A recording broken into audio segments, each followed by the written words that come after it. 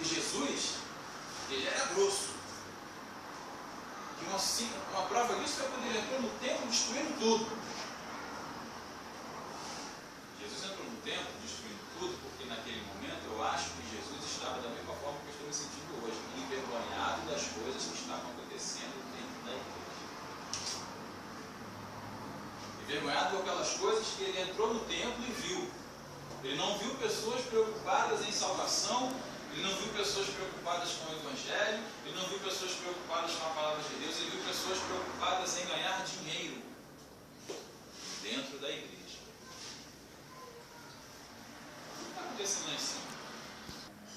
E Jesus entrou no templo, destruindo tudo. Por quê? Tirem da casa do meu pai o que não pertence à casa do meu pai.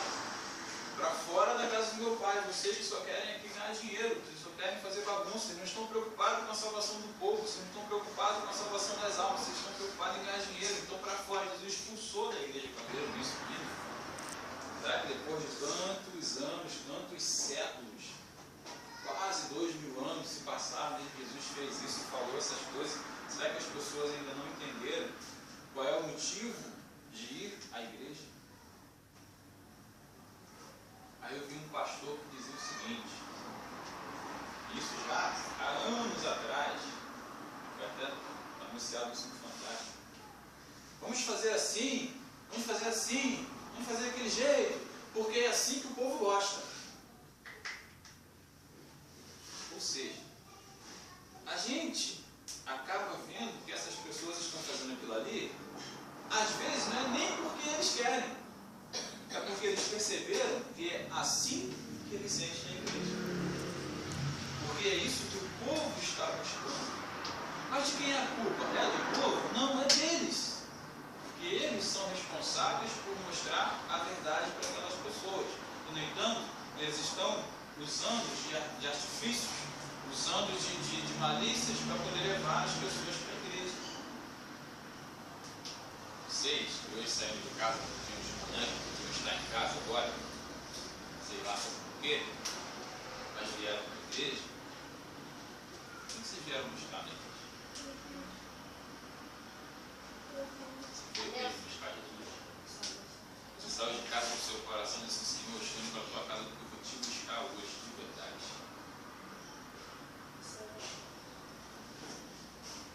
Espero que ninguém responda, não. Fica aí para cada um no seu coração. Refletir o que vocês estão buscando na igreja. Por quê? Vou falar especificamente para os jovens. Viu, né? Pode ser no bolso, sei que não é mais importante do que eu estou te falando. Vendo? O que você está buscando na igreja? Consertar o celular? Tudo é. Então, o que é mais importante na igreja? O que você tem buscado na igreja? Vocês que são jovens, temos aqui 11, 12, 13, 14, 15 anos, não sei quantos anos cada um tem. Mas vocês têm muita vida pela frente, gente. Vocês têm muita vida pela frente. Se preparem para se decepcionar com muita gente. Vocês vão olhar para o pastor Robson, vão imaginar o pastor Robson um homem santo. Aí um dia o pastor Robson vai fazer um negócio que vai causar em vocês uma decepção tremenda. Aí vocês vão falar assim, poxa, não quero mais saber de igreja não, porque pastor é tudo igual. Quando eu escutei uma pessoa falar mal assim, não, porque é advogado é tudo igual, um bando disso, eu falo um nome lá que eu não sei, olha só, não fala isso não. Não fala isso não, porque você não pode julgar uma classe inteira por uma pessoa que te decepcionou. Não, mas eu também sou advogado. Então você está se colocando nesse meio? Não, eu não sou. Ué. Está entendendo? Então vocês vão ver coisas como eu tenho pouco tempo de evangelho. Eu posso dizer que eu sou um pastor precoce. Eu acho, meu coração acho que eu não devia ter sido ordenado pastor no ano que eu fui ordenado pastor. Eu acho que ainda tem muito a aprender para eu poder abrir minha boca e falar assim, eu sou um pastor. Eu não sei tudo, eu não conheço a Bíblia toda. Eu não sei cada palavra que está escrita na Bíblia, embora eu acho que eu deva saber, porque eu sou um pastor. Se amanhã depois você chegar para mim com a resposta, eu preciso saber pelo menos onde está a resposta para você. Entendeu? Mas nesse pouco tempo de evangelho, eu tenho visto coisas tremendas que tem, a cada dia que passa, me decepcionado ainda mais com esses homens que são ungidos, que são separados para pregar o evangelho. Aí me vem a pergunta: será então que eles foram separados mesmo por Deus para pregar o evangelho? Será que foi Deus que lá no ventre da mãe chamou aquela pessoa e separou aquela pessoa para que ele pudesse pregar o evangelho, assim como está escrito lá no livro de Jeremias, que no ventre da tua mãe eu te separei? Será que foi Deus que separou essa pessoa? Não sei, nem me interessa.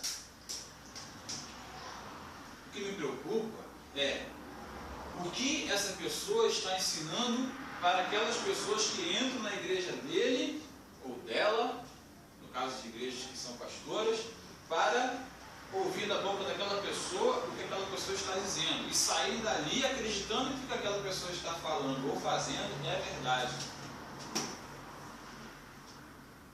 Achando que eu não converso com Deus, eu não converso com Deus. Quer ver um exemplo? A pessoa chega na igreja e fala assim: pastor, ora por mim porque eu estou com a dor no ombro. A gente vai orar. Lá no livro do Tiago diz que a gente fazer a oração da fé. E a oração da fé salvará o doente. E a gente ora. E já houve casos em que a gente orou lá na igreja e a pessoa depois voltou e falou: fui curado, meu filho foi curado, glória a Deus. Aí eu pensei: poxa, Senhor, a gente faz essa oração, a gente cura a pessoa com a oração da fé, a pessoa recebe o milagre, mas por que eu não fui curado da maldita enxaqueca? Por que o pastor Gilberto não fica curado lá dos problemas que ele tem? Por que o bispo Ricardo não é curado lá da diabetes que ele tem? Por que a gente que está ali de frente não recebe esse tipo de milagre, mas a gente impõe a mão na pessoa e a pessoa ora, e a pessoa recebe o milagre, e a pessoa é curada? Aí Deus me leva lá para o livro de, não me lembro agora o livro, sei que o apóstolo Paulo fala assim, que ele tem um espinho na carne, que o faz lembrar de Deus todos os dias, e que Deus fala para ele: porque na tua fraqueza eu sou aperfeiçoado, a tua fé se aperfeiçoa, a minha fé em ti, perdão, a fé que tem em mim se aperfeiçoa na tua fraqueza. Ou seja, Paulo tinha na sua carne algo que o incomodava, que lhe causava dor, mas que faria ele lembrar o tempo todo que ele dependia de Deus. E eu ficava pensando assim: poxa, então é por isso. Porque se eu chegar ali, colocar a mão em um, colocar a mão em outro, colocar a mão no outro, e a fé acontecer, o milagre realizar, e eu botar a mão em mim, e o milagre também, eu ficar curado também, eu não vou precisar de Deus. Por que eu quero Deus? Né? E a gente começa a entender o porquê de estar na casa de Deus. O porquê de Deus fazer coisas através da sua vida, mas Deus te manter numa posição em que você vai viver eternamente dependente dele. Por quê? Porque a Bíblia fala que a honra e a glória é só de... não é do sal, não é da garrafa d'água, não é do lenço suado, é de Deus. Poxa, pega esse lenço que eu passei, que eu sequei meu rosto, e passe todo dia lá no inferno. Ah, o inferno, isso é coisa do diabo. Bota o joelho no chão e vai falar com Deus. Você vai ouvir coisa muito melhor. Mas todos começaram a elogiar Jesus, dizendo: admirados com a sua maneira agradável e simpática de falar, e diziam: esse não é o filho de José? É Jesus que estava falando com aquelas pessoas, e as pessoas estavam vendo Jesus como se ele fosse simplesmente o filho de José. Eu acho que esses cidadãos aí estão vendo a Jesus como sendo apenas o filho de José, porque não é Jesus que faz o milagre, é a garrafa d'água que faz o milagre, é o quilo de sal que faz o milagre, é o lenço que faz o milagre. Não, porque Paulo fez assim com o lenço. Paulo não podia ir, então Paulo pegou o lenço dele e mandou a pessoa levar o lenço. Então, se Paulo fez, eu também vou fazer. Todo mundo quer imitar Paulo, todo mundo quer imitar João, todo mundo quer imitar Pedro, mas ninguém quer imitar Jesus. Né? Ninguém quer pagar o preço que Jesus pagou. Jesus fala assim: um chegava para Jesus e disse Senhor, eu quero te seguir por onde for. O outro chega e fala assim, Senhor, eu quero andar por onde tu andar. Jesus fala assim, não, olha só. As raposas têm os seus covis. As andorinhas têm os seus ninhos, mas o Filho do Homem não tem onde reclinar na cabeça. O que Jesus está falando? Não estou entendendo nada disso. Jesus está dizendo, olha só, eu não tenho onde dormir, eu não tenho residência fixa, eu não tenho casa, eu não tenho endereço, eu não tenho CPF, eu não tenho conta corrente, eu não tenho nada disso. Está a fim de me seguir assim mesmo? Está a fim de pagar o preço que eu estou pagando? Está a fim de fazer as coisas que eu faço, de passar pelo que eu faço, de ser humilhado como eu sou? Está a fim de pagar esse preço? Tinha que ter feito esse tipo de pergunta no dia da ordenação do pastor. Tinham que ter me perguntado isso quando eu fui ordenado. Está a fim de pagar o preço que Jesus pagou, pastor? Está a fim de ser humilhado como Jesus foi? Está a fim de se decepcionar como Jesus foi? Tinha que ter se perguntado isso. Isso tinha que fazer parte daquela tal de sapatinada que fazem no pastor no dia que ele é ordenado. Que fazem um monte de pergunta bíblica para saber se o cara conhece a Bíblia. Tinha que ter feito essa mesma pergunta para o pastor. No casamento não faz isso? Você aceita casar com fulano? Sim, na alegria, na tristeza, na saúde, na doença, com dinheiro, sem dinheiro, enfermo, com saúde, tá afim? Você aceita? Aceita. Tinha que perguntar a mesma coisa para o pastor. Está afim de pagar o preço que Jesus pagou? Está afim de ficar sem comida? De passar fome? De ser humilhado? De chorar sozinho? De ir para o quarto e não ter com quem conversar? De chegar na tua casa e não ser honrado pelo que você é? Está afim, pastor, de passar por isso? Tinha que perguntar a mesma coisa para o pastor. Porque ele tinha que ser igual a Jesus. Ele tinha que mostrar ao povo quem é o caminho, quem é a verdade e quem é a vida. E não mostrar ao povo a garrafinha d'água, mostrar ao povo o lencinho suado, mostrar ao povo que ele disse, gente, isso está me envergonhando de uma tal maneira que eu não consigo mais conversar com as pessoas. E a pessoa fala assim, pastor, poxa pastor, mas aquela história do sal? E aquela história da garrafa d'água? O que você acha disso? Sabe o que eu respondo? Palhaçada, dentro da igreja. Palhaçada, gente. Mas sabe por que a nossa igreja tem hoje, na escola bíblica, mais criança do que adulto? Sabe por quê? Porque tem muito adulto que está buscando 1 quilo de sal, está buscando a garrafa d'água, está buscando lenço suado. E vocês são os adultos de amanhã. E eu vou perguntar para vocês de novo, o que vocês estão buscando na igreja? A Alice está buscando Jesus. O Kelvin disse que está buscando salvação. Continue buscando isso, gente. Continue buscando isso. Independente do que vocês vão ver nessa vida, independente das decepções que vocês vão sofrer nessa vida, independente das bobagens que vocês vão ouvir dentro da igreja. Continue buscando isso. Porque enquanto vocês estiverem com os olhos firmados no alto, que é Jesus Cristo, vocês vão estar no caminho certo. Amanhã ou depois, vamos lá na minha igreja, porque vai ter a campanha das 7 semanas de Samuel. Que interessa, eu nem conheço esse Samuel. Eu conheço o Samuel da Bíblia, profeta que não tinha medo de falar a verdade, que falava a verdade, por causa disso ele era só. Agora, as 7 semanas de Samuel, a campanha dos milagres, não sei de quê, a campanha da... meu irmão, pelo amor de Deus, vai buscar Jesus. Vai buscar o autor e consumador da vida. Glória a Deus. Cristina chegou na igreja e falou assim, pastor, só a gente? Só a gente. Só a gente, Cristina.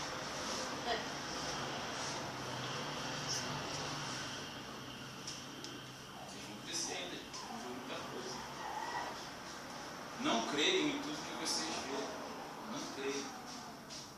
Quando vocês assistirem algo assim que chamar a atenção, vocês falam, primeira coisa, vou ver se tem na Bíblia. Perguntei qual era a música ali pro Renato. Renato, vou ver aqui no celular, pastor. Use o celular com coisa boa, tá, Renato? Porque ontem eu bloqueei um amiguinho de vocês no Facebook do meu filho, porque eu vi coisas que eu não gostei no Facebook dele. Tá? Cuidado com o que vocês estão vendo na internet. Cuidado com o que vocês estão vendo no computador. Aquilo é muito bom, é muito legal quando se sabe usar. Não sabendo usar, leva para o inferno. Tá? E eu não tirei não, eu bloqueei. Tá? Não vou falar quem é, não vou falar nomes e nem vou falar com essa pessoa.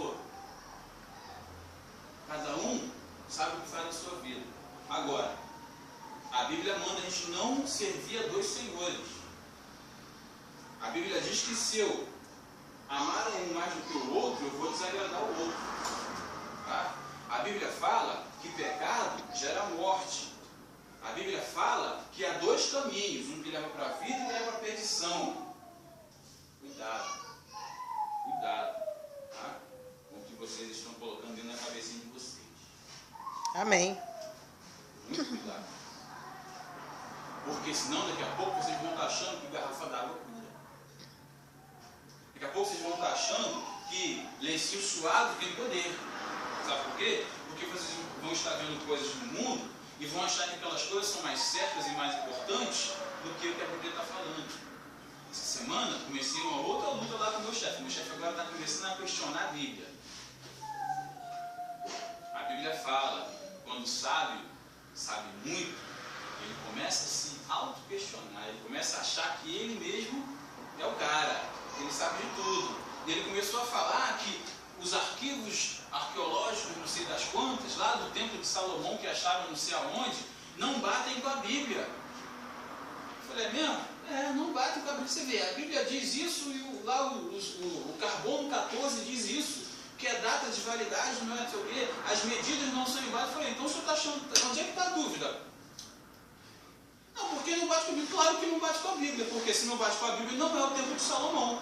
Pode ser qualquer templo. Não, mas tem indícios lá de coisa de Salomão. Pode ter sido construído por Salomão. Quem garante para o senhor que Salomão só construiu aquele templo e não construiu mais nada? Tem razão. Mas ele não quer ver dessa forma. Ele quer ver que a Bíblia está errada. E não que a arqueologia está equivocada. Ele quer ver que a Bíblia está errada. Está percebendo? O mundo está se tornando para ele algo mais correto, mais perfeito do que a Bíblia. É isso que eu estou querendo falar para vocês nesta manhã de domingo, às 10h20 da manhã. Cuidado para vocês não acharem que a garrafinha de água tem mais poder que a Bíblia. Não tem. Cuidado para vocês não acharem que o lencinho suave tem mais poder que a Bíblia. Não tem. Cuidado que a montanha de sal que vai encher aquela igreja hoje o dia inteiro, lá em Madureira, tem mais poder do que a Bíblia. Não tem. Isso é bobagem. Mas como é que eu vou acreditar nisso, pastor? Você tem que buscar na Bíblia. Eu vou repetir. E cuidado com o que vocês colocam na cabeça de vocês. Cuidado. Meu filho chorou porque eu fui lá e tirei o jogo. Por que eu não tirei o jogo? Porque quando eu abri a aba que seguia o jogo, tinha um monte de porcaria, e eu vou falar logo um termo bem claro para você saber. Um monte de pornografia aberto na tela do computador das casas. Por causa da porcaria de um jogo do Facebook, que muitos aqui estão jogando. E que abre um monte de porcaria junto. Cuidado, tá? Vocês vão estar levando para dentro da casa de vocês maldição.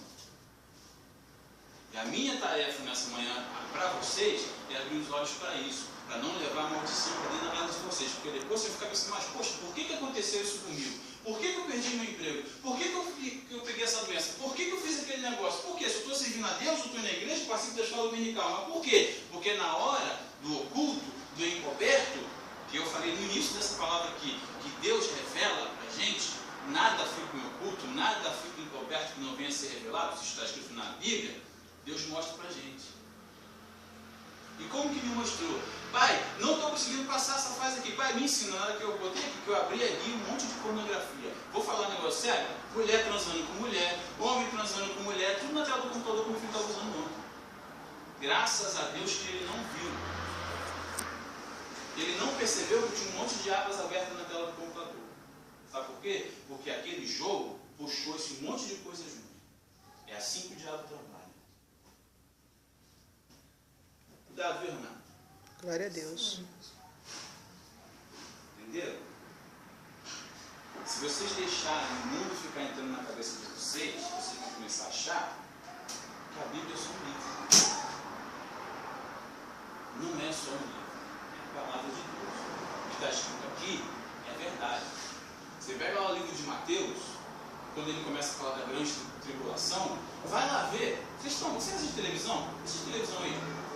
Vocês já perceberam que lá na África tem 3 países que o vírus ebola está incontrolável pelo vírus? Sabe o que é o vírus ebola? Sabe não? Estou falando de algo real, que está acontecendo hoje. De cada 10 pessoas que pegam a doença, 9 morrem. Tá bom para vocês? De cada 10, 9 vão morrer. Porque não tem vacina, não tem tratamento, não tem cura. Aquele que se salva é um forte candidato a semana que vem pegar de novo e morrer. Já morreu mais de 600 pessoas em 3 países da África, só por causa dessa doença. As empresas aéreas estão fechando suas barreiras para as pessoas não saírem de lá ou entrarem lá naquele país. Sabe o que é isso? Acho que não é mundo. Pestes. Nação se levantará contra nação, pai se levantará contra filho, filho se levantará contra pai. Mas não vos assustei, ainda não é o fim. Olha só, ainda tem coisa pior para acontecer. O mundo está chegando ao seu fim. Morrem mais ou menos 15 a 20 pessoas por dia, atropeladas. Sabe por quê? Porque foi atravessar o sinal mexendo no celular. Pum, o carro levou. Isso é muito interessante, né? É tão bom, é tão maligno, é tão diabólico aquele troço que a pessoa é atropelada porque ela estava digitando enquanto estava andando na rua. Pelo amor de Deus, né?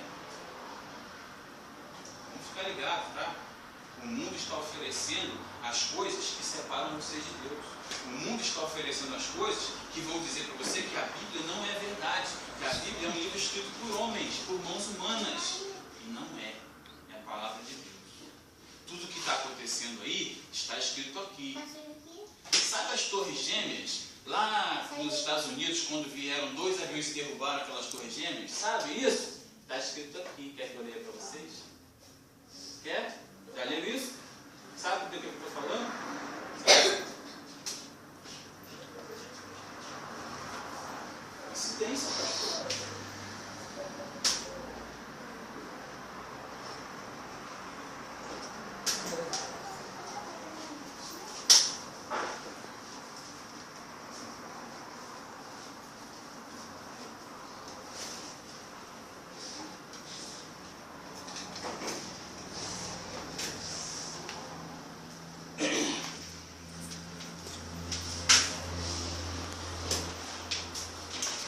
De Belsazar, eu tive outra visão. Parecia que estava à beira do rio Ulai, em Suzano, uma cidade cercada de muralhas, que fica na província de Elon. De repente vi perto do rio um carneiro com 2 chifres compridos. Um deles tinha nascido depois do outro, mas era o mais comprido.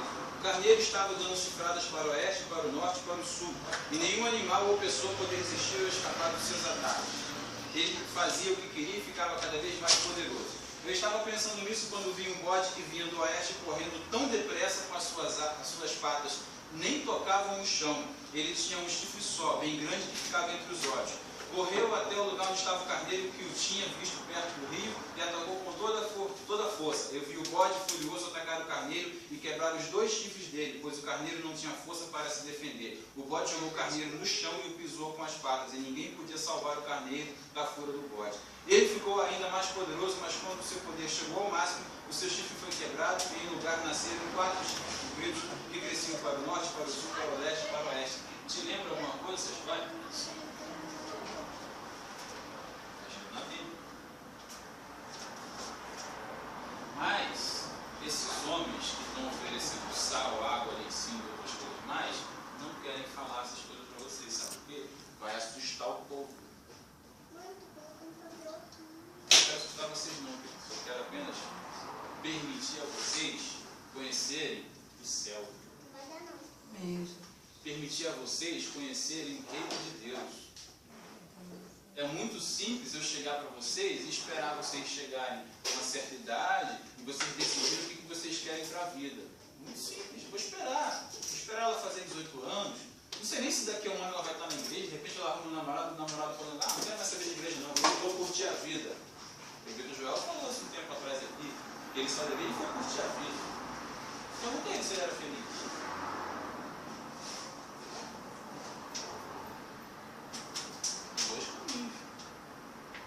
A minha missão, que deveria ser a missão de todos os pastores da face da terra, é mostrar para vocês que tem 2 caminhos, só que um não presta. Tá? A internet está aí, é muito boa. Essa música que nós ensaiamos aqui, eu peguei meu celularzinho aqui, porque eu sabia que a música era bacana. Eu fui procurar na internet, pô, legal, tá aqui, achei a música. Não é legal a música? É muito bom usar a internet quando se usa para uma boa coisa. Cuidado, tá? que seus olhos veem. A Bíblia fala, se teus olhos forem maus, todo o teu corpo estará em trevas. Entendeu? Se seus olhos forem maus, todo o teu corpo estará em trevas. Apóstolo Paulo, tudo que é bom, tudo que é agradável, tudo que é de boa fama, tudo que, se há algum louvor nisso pensai. Cuidado que você coloca dentro da sua cabeça. Isso pode te levar para a morte. Morte, pastor? É, morte. Mas nessa morte do corpo, que morreu, o coração parou, virou pó, não, é a morte eterna. Sabe o que é a morte eterna? Sabe o que é? O que é? Vai para onde? Tá. É muito bonitinho ficar aqui, ó. Muito bonitinho, é legal.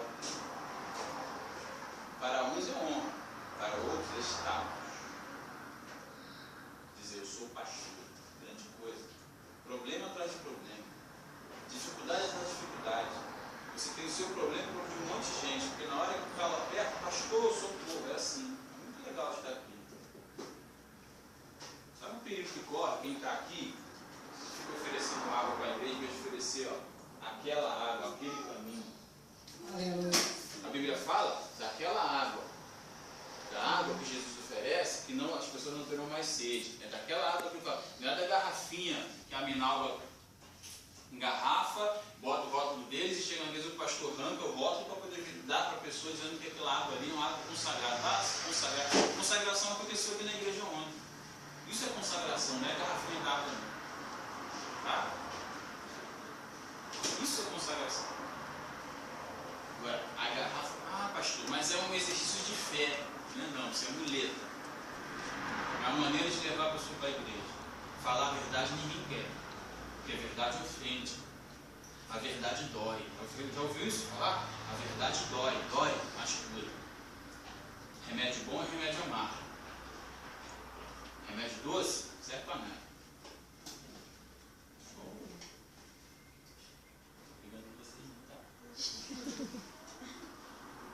Glória a Deus. Tá gostoso dele?